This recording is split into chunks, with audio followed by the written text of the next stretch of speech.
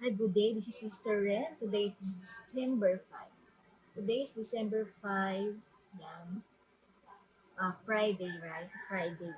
So, ang topic po natin ngayon ay yung end time prophecy.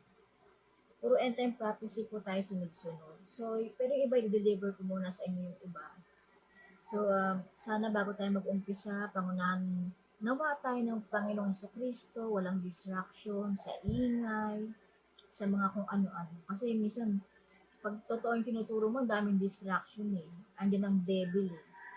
Hinaharangan talaga. So, dako muna tayo sa Zacarias chapter 12, verse 9. Pangunahan nawa tayo ng Panginoon sa Kristo at bago natin umpisahan to, ma-espiritual ng lahat, maunawaan kung ano ibig sabihin ng mga talata. In Jesus' name. So, Zacarias chapter 12, verse 9, dako po tayo. Sabi dito, at mangyayari sa araw na yaon na aking pagsisikapang gibain ang lahat ng bansa na naparoon laban sa Jerusalem. So, yung mga susugod sa Israel, I mean yung sasakop. Kasi nakapropesya, di ba? Ang Russia, ang magkasama siya ng iba pang bansa, kasama ang Persia. Nasa 2 chapter 38 po yan. Makakasigurado tayo na kasi may mga talata akong binibigay sa inyo. So, makakasigurado kayo na ito ay talagang pinag-aralan at guided by the Holy Spirit. So, si Carias, chapter 12, verse 9 po ito.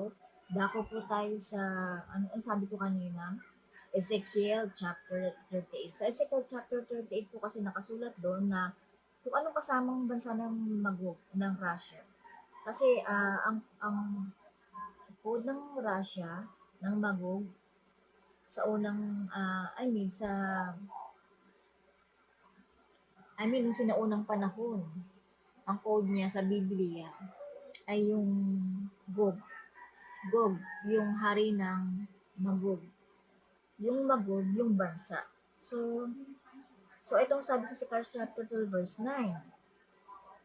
Tapos, at mangyayari sa araw na yun na aking pagsisikapang gibay ng lahat ng bansa na paroon laban sa Jerusalem. Na paroon laban sa Jerusalem.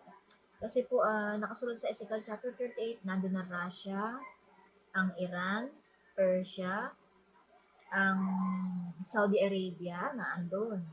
Sheba at Dedan kasing code nila doon.